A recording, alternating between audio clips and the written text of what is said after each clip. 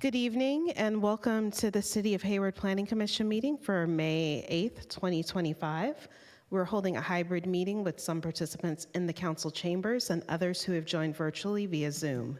This meeting is being webcast on Comcast TV Channel 15 and live streamed on the city's YouTube channel and on the city's website. This meeting is called to order at 7:01 p.m.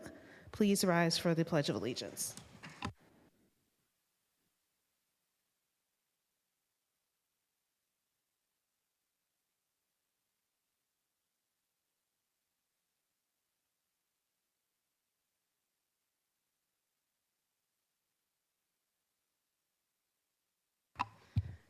Ms. Corral, will you please call roll? Commissioner Franco-Clausen is absent. Commissioner Goodbody? Present. Commissioner Hammond? Present. Commissioner Lowe? Here. Commissioner Myers? Present. Commissioner Stevens? Here. And Chair Hardy. Present.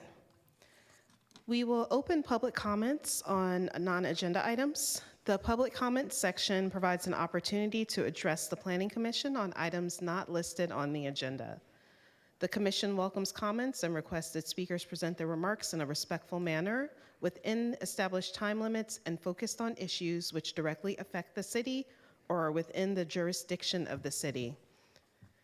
As the Commission is prohibited by state law from discussing items not listed on the agenda, your item will be taken into consideration and may be referred to staff for further action. Speakers shall not use threatening, profane, or abusive language which disrupts, disturbs, or otherwise impedes the orderly conduct of a Commission meeting.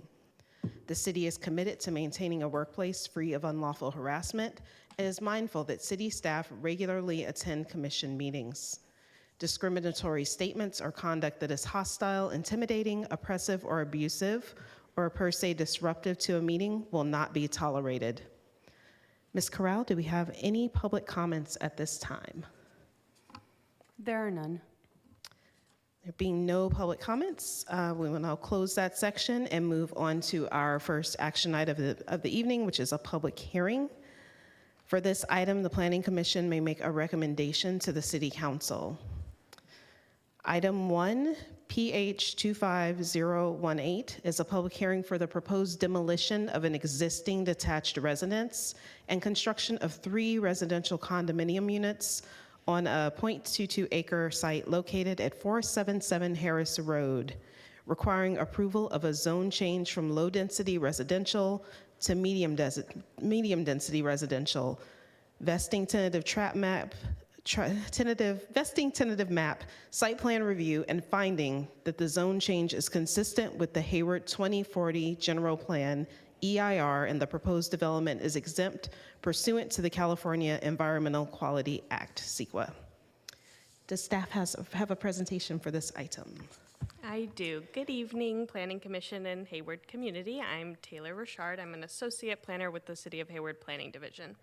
And tonight I'm going to be presenting on the application at 477 Harris Road for a zone change, vesting tentative map, and site plan review. And tonight we will be asking the Planning Commission to make a recommendation to the City Council. First, I want to orientate everyone to the project site. The site is located in South Hayward, specifically in the Harder-Tennyson neighborhood. The site is by many public facilities, including Tyrell Elementary, Cesar Chavez Middle School, Weeks Library, the proposed Stack Community Center, and several public parks. Additionally, the site is located by many commercial businesses along Tennyson Road. The site is also easily accessible by multiple modes of transportation, with bus stops along Tennyson Road and Manon Avenue, Class 2 bicycle facilities along Huntwood Avenue and Tennyson Road, and the South Hayward BART station approximately 0.9 miles to the east. The site itself is a rectangular, relatively flat 0.22 acre parcel along Harris Road. The site is zoned low-density residential. However, the applicant is proposing to rezone the property to medium-density residential, also known as RM. The site has a corresponding land use designation of medium-density residential, also known as MDR, within the Hayward 2040 General Plan. The site is predominantly surrounded by parcels that are zoned RM and have a corresponding land use designation of MDR. The site is currently developed with a single-family residence that is owner-occupied. The proposed project does include the demolition of this residence. The project site is surrounded by single-family residence to the east and the south, a 22-unit multifamily apartment building to the north, and 2 6-unit apartment buildings to the west, and there is 1 non-residential use surrounding the property, which is a religious facility to the south. Moving on to the project itself. The project proposes to construct a 3-story building with 3 residential condominium units. All the units have 4 bedrooms and range in size from 2,458 to 3,391 square feet. Each unit features a 2-car garage, with there being an additional uncovered visitor parking space on the site. The project includes a variety of private and common open space, with each unit having 2 private balconies and access to a shared open space. The shared open space is located in the rear and includes a seating area, barbecue, and landscaping. There will also be new landscaping plantings along Harris Road, along the driveway, and in the rear. The project is fully consistent with the Hayward 2040 general plan. The proposed density of 13.6 dwelling units per net acre falls into the permitted density range of 8.7 to 17.4 dwelling units per net acre. Furthermore, the project is consistent with the listed general plan policies that encourage infill development and mixed-use neighborhoods. With the exception of the number of stories, the project is also fully consistent with all of the development standards in the existing RL and the proposed RM zoning, as shown in the table. 3-story buildings, like the proposed project, are not permitted in the existing RL zoning. Therefore, the applicant is requesting a zone change to the RM district where they are permitted. It is important to highlight that the building will only be 28 feet tall, which is consistent with the height limitations in the RL and the RM district. Lastly, the building complies with our new residential design standards by incorporating facade design elements that total 80 points, where only 50 points are required. The project is also exempt from environmental review under the California Environmental Quality Act, also known as CEQA. Since the rezoning is fully consistent with the general plan, it is covered under the environmental impact report that was prepared for the Hayward 2040 general plan. Furthermore, the development is exempt under section 15303, new construction of small structures, and section 15315, minor land divisions, because the project involves the construction of no more than 6 dwelling units and the creation of 4 or fewer parcels within an urbanized area. With that, staff recommends that the Planning Commission recommend that the City Council approve the proposed project as shown in Attachment 1 based on the draft findings in Attachment 2 and subject to the recommended conditions of approval in Attachment 3. I'm happy to answer any questions you might have at this time, and I'm also joined online by the architect, Michael Ryan, and the property owner, David Kai. Thank you, Ms. Richard. Would the architect or the property owner like to also make a presentation? They do not have a presentation. Okay, thank you. Then at this time, we'll open commissioner questions. So this is the time for the commission to ask staff any questions that we have, and we'll reserve our comments for later. Do any of my fellow commissioners have any questions? Commissioner Hammond? Hello. So we're looking at 3 things: zone change, vesting tentative map, and site plan review. So in general, I'm in agreement with all of the findings, though I do have a couple questions for each part. For the zone change findings, A, substantial proof exists that the proposed change will promote the public health, safety, convenience, and general welfare of the residents of Hayward. My question is, exactly how does it do that? As noted in the thing, the project is going to comply with health and safety, and there is proof that like we are in a housing crisis and we need more additional housing unit, and that this is compatible with the surrounding development. It's even less dense than some of the denser projects to the rear of the property and the side, and that this will create new opportunities for home ownership in Hayward, in a part of town where there's commercial and public amenities and public transit. Okay. And then there it says further on, it will create, in the future, a beneficial effect will be achieved, which is not obtainable under existing regulations. What exactly is the beneficial effect? That there will be more livable space. So typically townhouse projects are 3 stories, and you can't achieve that under the current zoning. So it creates for more of a livable environment, and you get 3 levels of living space. And predominantly the ground floor is taken up by the garage, so there's not that much livable space on that floor. Okay, and on the vesting tentative map, the E, the design of the subdivision or proposed improvements are not likely to cause substantial environmental damage. Is there any proof? I was not able to read So we anywhere. have standard conditions of approval for all of our applications that we use to protect the environment.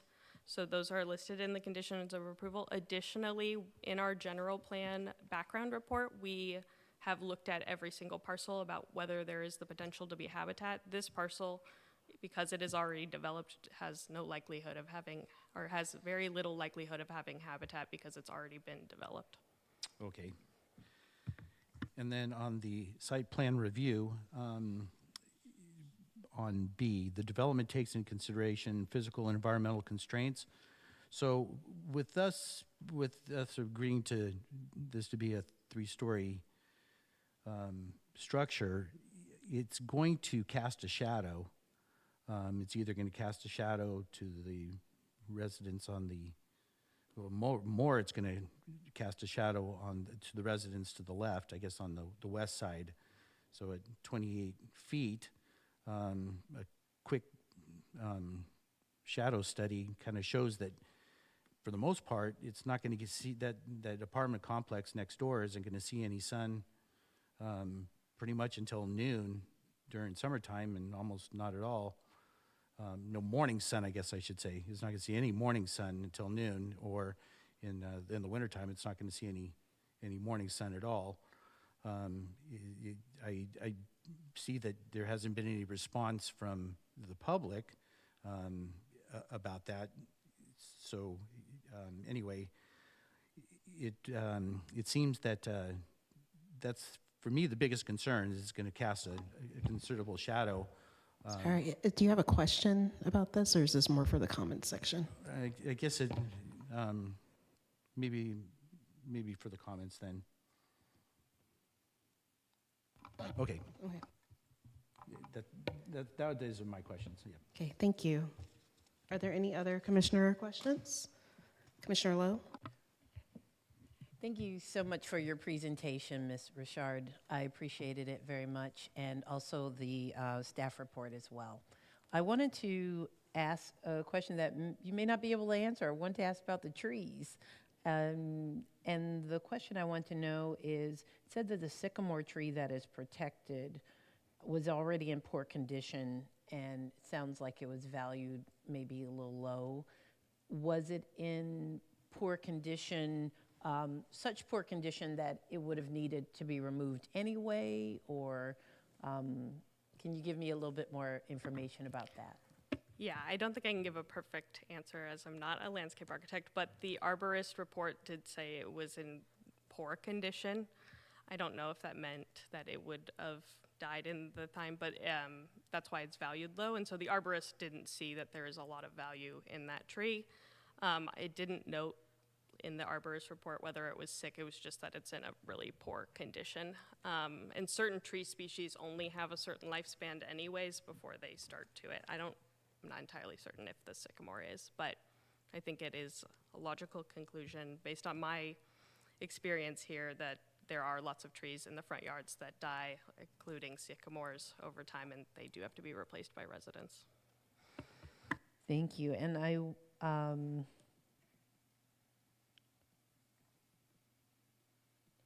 And so, and also I saw in the report that the 3 trees that the developer is going to plant 6 new trees, but there were 3 trees specifically that sounded like were in some way better or valued more than the protected tree.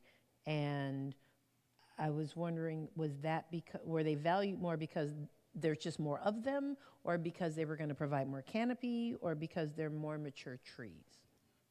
I think it's because of the box size. There'll be larger trees in the rear property. And they will obviously be healthy because they will be new. Yeah, definitely. Healthier is better.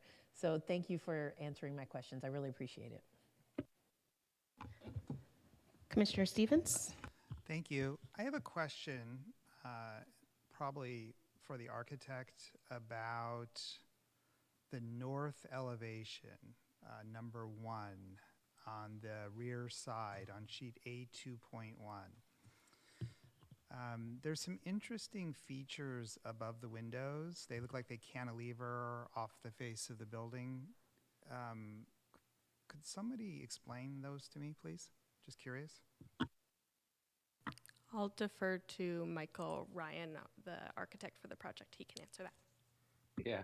Can everybody hear me? Yes, we can hear you. Okay, great. Initially, the building was on the other side of the property line, and when we waited for the new rules to change, we flipped the building back the other way to create that buffer zone.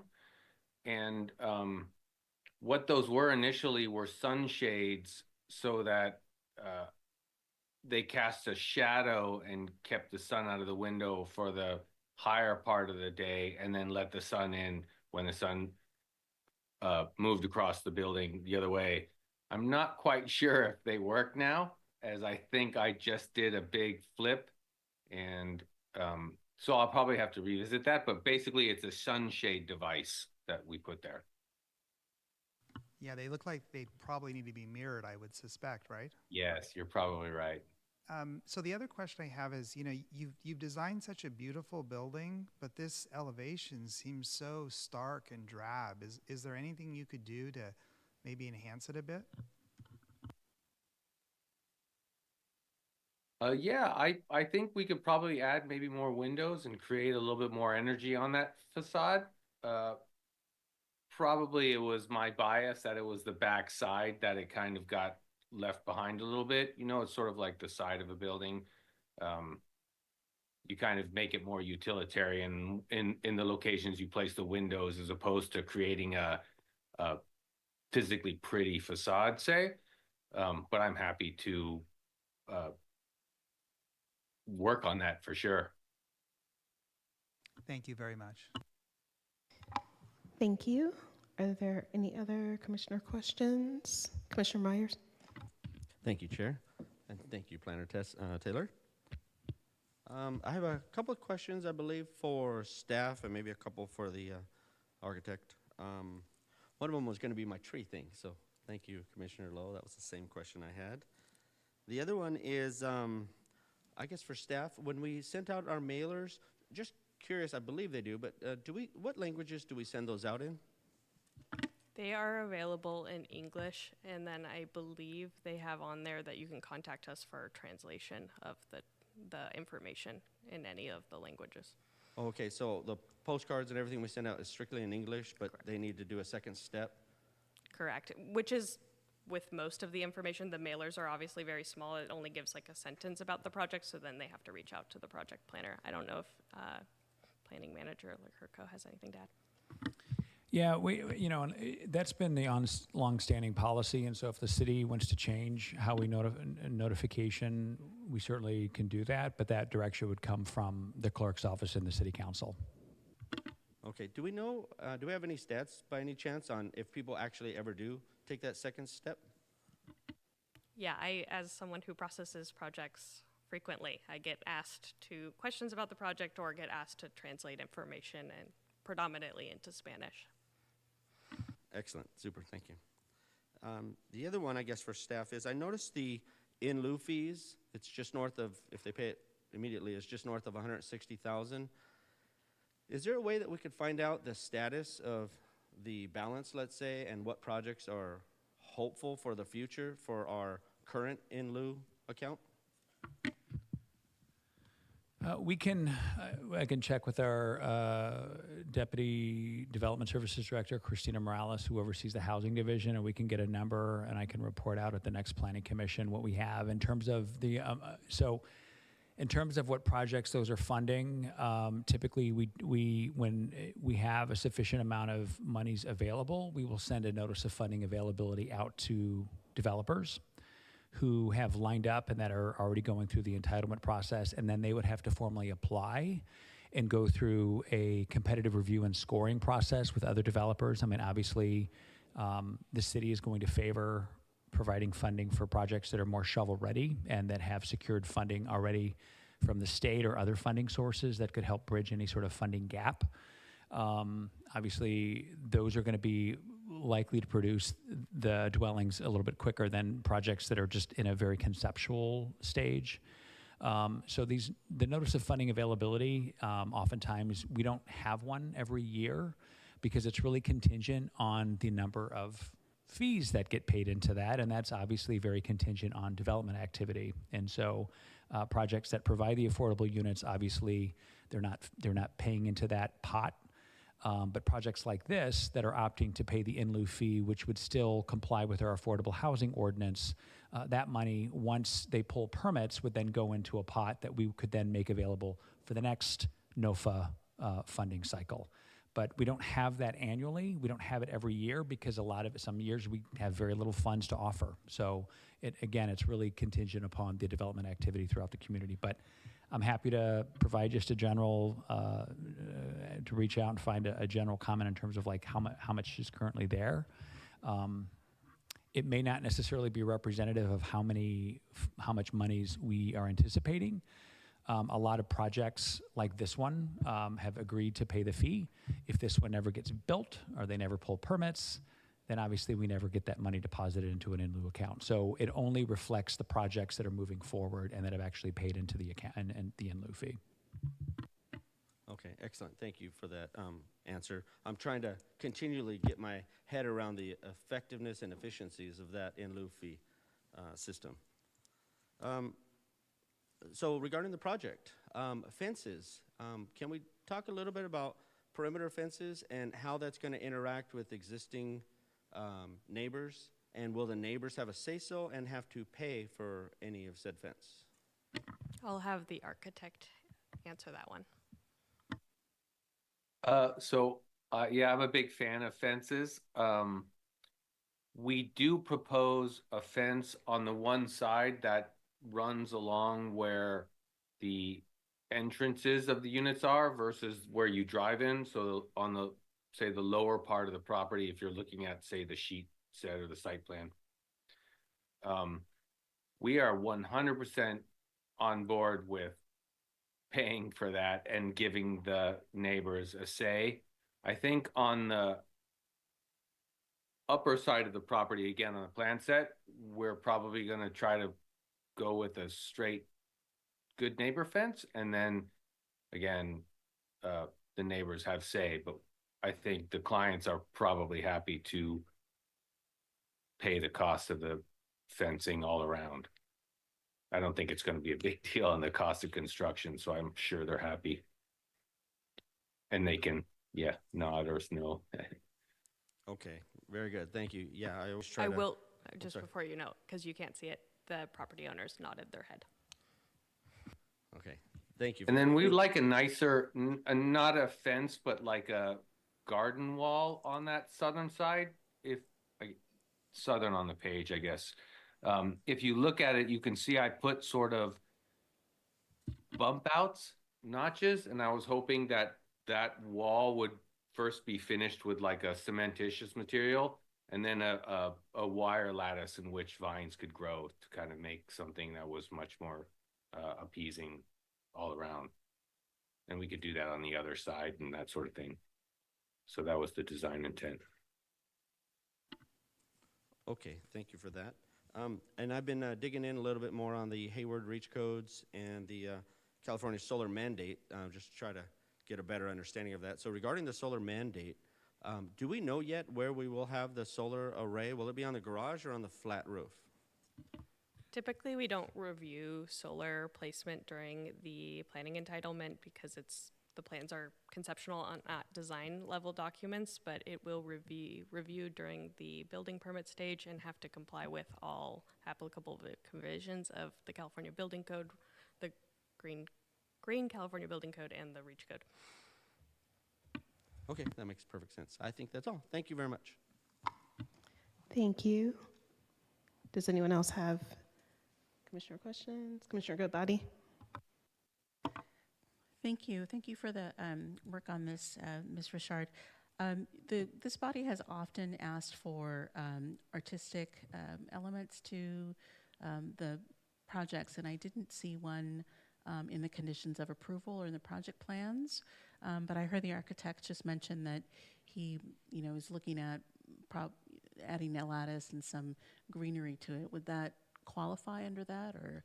So we don't require public art in this zoning district. Where it is required or it's offered as an option to meet the facade design is Mission Boulevard, which we updated through our residential design standards. It's not along a major thoroughfare. There will be lots of viewers, so I think that's why we don't require it here. But this project does meet our design standards by providing certain facade design elements. Thanks for clarifying. Okay, I have just a couple of questions too. So also about trees to start with. Oh, first of all, thank you for the report, the staff report. It was very thorough, and most of the questions that I had, I'd keep reading and find them, so thank you. So there's a section that talks about mitigating the loss of the one protected tree. It says the applicant will upsize 3 street trees. Can you speak a little bit to what that means exactly, and do they get to decide like what street it is, or is that just a term, or just could you expound on that? So we require 24-inch boxes for our street trees. So when you upsize them, it's normally I believe it's a 36-inch in this case. And then the species have to be approved by the city's landscape architect, and they're normally native plant species. And they'll be along the frontage of the property. Thank you. I really looked through this and I didn't see the arborist report. Did I just miss that, or is it included? The arborist report is not included. It's just by reference in the staff report. Okay, thank you. And on the relevant information, I believe, is on the landscape. Is that something that will be added to the report when it goes to city council? Is that, because I feel like we've seen them before, so is it just they're added sometimes but not always? Because the project is very old, this is a 2020 application, the arborist report had different plans that showed the previous project because the architect agreed to move the building closer to the higher density and farther away from the single family. So that's why we didn't include it, to limit confusion. And we just brought all the relevant information out. Thank you for that clarification. My next question is about, it's on attachment to page 1 in section A, and I'll just read the statement. It says, this development will serve as a transition from these denser developments and the existing detached residences along Harris Road and provide additional residential units in Hayward while being consistent with existing development patterns. So I think it's been named that it's inconsistent in a way because it's going to be 3 stories. So I just wanted to know more about like when you talk about consistency, are you talking about citywide, like things that we're just seeing more of recently? It's consistent with those versus consistent with what's already in that area, or is it consistent in some other way? It's more consistent with what the vision is for that neighborhood. The general plan is MDR, which envisions a more dense thing. So this project will kind of serve as a transitional piece between the already existing, much denser projects and the lower density projects, which are just existing and allowed to remain and until they turn over. But this is really consistent with the vision of what the city envisions for this area. Thank you. And my last question also just was about public outreach, and this is more just procedural because this is an older project. So I know the public outreach, the original notice was mailed out back in February of 2020. And even though this public hearing was noticed, is there any requirement that we have to re-notice the public, or could it be indefinite, or are they just within some window? Yeah, we don't have a procedure to re-notice when it's been a long time in between projects. Normally, if there is people, at least my best practices is if there are people who have been engaged in the project, you remind them when project has changed or updated. In this case, there were no public comments along the initial outreach, so that wasn't done. The Hayward Municipal Code also only requires us to notice decisions. We go above and beyond by noticing the receipt of the application.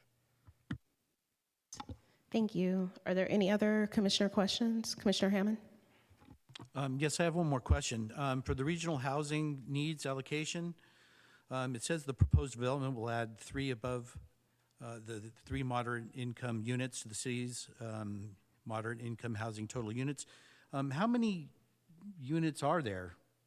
And I guess the follow-up is, do we need more low income than median income units? So we could report out on the RENA progress. We are all only in the second year of the RENA cycle, so we have not hit any of our goals for any of the production we need to make. So this will help us meet our goals because we haven't met the above moderate category yet. I don't have the number of units memorized off the top of my head. Oh, okay, thank you very much. And also, thank you for the report. Okay, so if there are no more commissioner questions, we will close this and go to public comments. Ms. Corral, do we have any public comments online? We do not. Thank you. Then I will close public comments on this item and we'll move on to commissioner comments. Commissioner Myers? Thank you, Chair. I guess I just wanted to make a comment that one of my issues I have with a lot of properties is lack of parking, and I really want to say thank you to the architect and the builder for adding the 2 spots and the extra on top of that. I know that I'm not alone in the public in being grateful for that, so I just want to say thank you for that. That was our biggest struggle. It's much appreciated. Thank you. Any other commissioner comments? Commissioner? Yes, I'd like to make a motion to move this item PH 25018. The only thing I would just like to encourage the applicant to really look at that north elevation. It seems like there's a missing opportunity to expand windows into unit number 1, I believe that is, or is that unit number 3? I've forgotten now. Whichever unit that is on the north side. And doing something to maybe make that a little less stark, I think would be a real great enhancement, because we don't know what the future holds for the properties north of this location, and we'd love people to look at a beautiful building like the other facades. Thank you. Thank you. Do we have a second to the motion? Second. Yeah, so we have a motion on the floor. Are there other comments? Commissioner Hammond?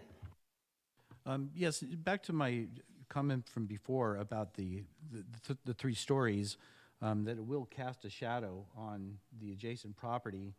If it on the site review, it shows that it's on the west side of the property, and the neighbors to the west will be quite a bit in shade. I think I heard the architect said that before that they had flipped the project. I guess it was maybe mirrored before. I guess kind of a question too is, why did they flip it back? It would seem that if it was if the property, especially with the north-south building, it's going to cast a shadow on one side or the other, where if it's parallel to east-west, it won't impact that shadow as much. If it was flipped over, it would seem that it would have, for the open space, there's not a lot of open space other than driveway, that it's going to also be considerably in shade during the afternoon when the kids are out playing and stuff.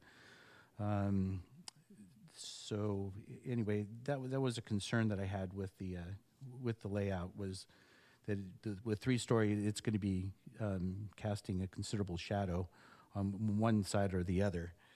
And then also, oh, well, anyway, that was my main concern. Thank you. Can I add? Can I clarify? The city of Hayward has no like shade study requirements, or we don't have any regulations related to that. So it's typically not part of our review. And then to clarify, staff asked the architect to move the building away from the existing single-family residence and closer to the more dense things to limit the impacts on the neighbors on that side. So that's why the property is in the location. Also, the open space is small, but it's not required. We don't require open space for properties with less than 4 units. So they did that out of just creating a more livable and more desirable place to live. If I could also just add one other comment. So the property that we're talking about, which is to the west, which I think is what you're concerned about, that property is actually already zoned medium family residential. So if they wanted to build 3 stories today, they could do that without having to come before the commission. So they already have that entitlement. So if they wanted to demolish whatever was there and build a more intense development and fully utilize their site, they would have that option as well. So even though what's proposed may seem like it's casting a shadow or may cast a shadow on the existing residential use to the west, the residential use to the west has the full ability to go to the full extent of the height that that zoning district would allow, which would be 3 stories. Thank you. I'll add, just for the record, my comments. So I too really appreciated the parking additions that were made to this. I felt it was above and beyond what we often see, so I really like that. I really like that although it's going to be a 3-story building, it still meets the height requirements. There was no issue there. It fell actually under what it could have been. And then I really appreciated that there were 80 facade design points when only 50 were required. So I really felt like the architect and the applicants just really made a great effort to make this really nice for the city. So thank you. Are there any other commissioner comments? If not, then we will close comments. And Ms. Corral, can you please call roll for a vote? Yes, Commissioner Franco-Clausen is absent. Commissioner Goodbody, Yes. Commissioner Hammond, Yes. Commissioner Lowe, Yes. Commissioner Myers, Yes. Commissioner Stevens, Yes. and Chair Hardy. Yes. So the motion passes. And we will now move on to approval of the minutes from the Planning Commission meetings on March 27th, 2025, and April 10th, 2025. Do we have a motion for approval? I move to approve the minutes for the March 27th, 2025 meeting and the April 10th, 2025 meeting. Do we have a second? I second. Okay, thank you. So can we please have roll call for a vote? Commissioner Franco-Clausen is absent. Commissioner Goodbody, Yes. Commissioner Hammond, Yes. Commissioner Lowe, Yes. Commissioner Myers, Yes. Commissioner Stevens, Yes. and Chair Hardy. Yes. Now we will move on to our commission reports. First is the oral report on planning and zoning matters. Thank you, Chair. Just a couple of quick updates. So we do have 2 items for the next Planning Commission meeting on May 22nd. We're going to be asking the commission to make a recommendation to City Council on potential rezoning out by the Hayward Executive Airport to allow for drive-through facilities. So we'll be presenting that to the commission for recommendation to council. And then the Stack Data Center, which the commission may have remembered was here earlier this year. We had a work session to talk about the community benefits portion of that. That entire project is moving forward and will be presented to the commission also on the 22nd for final consideration. And then tentatively right now, our first meeting in June, we are also going to be bringing back, at least tentatively, the tree preservation ordinance for recommendation to council. So that is a fairly busy schedule. Right now, it's still unclear whether we have anything for the second meeting in June, but then following that, we're going to be on recess through the month of July and for a couple weeks of August. So if you're trying to plan vacations or scheduling or stuff like that, that's currently what the agendas look like. Thank you. And that's it for my report this evening. Thank you. Do any commissioners have any announcements or referrals? Not seeing any. Our next meeting is scheduled for May 22nd, 2025. And with that, this meeting is adjourned at 7:41 p.m.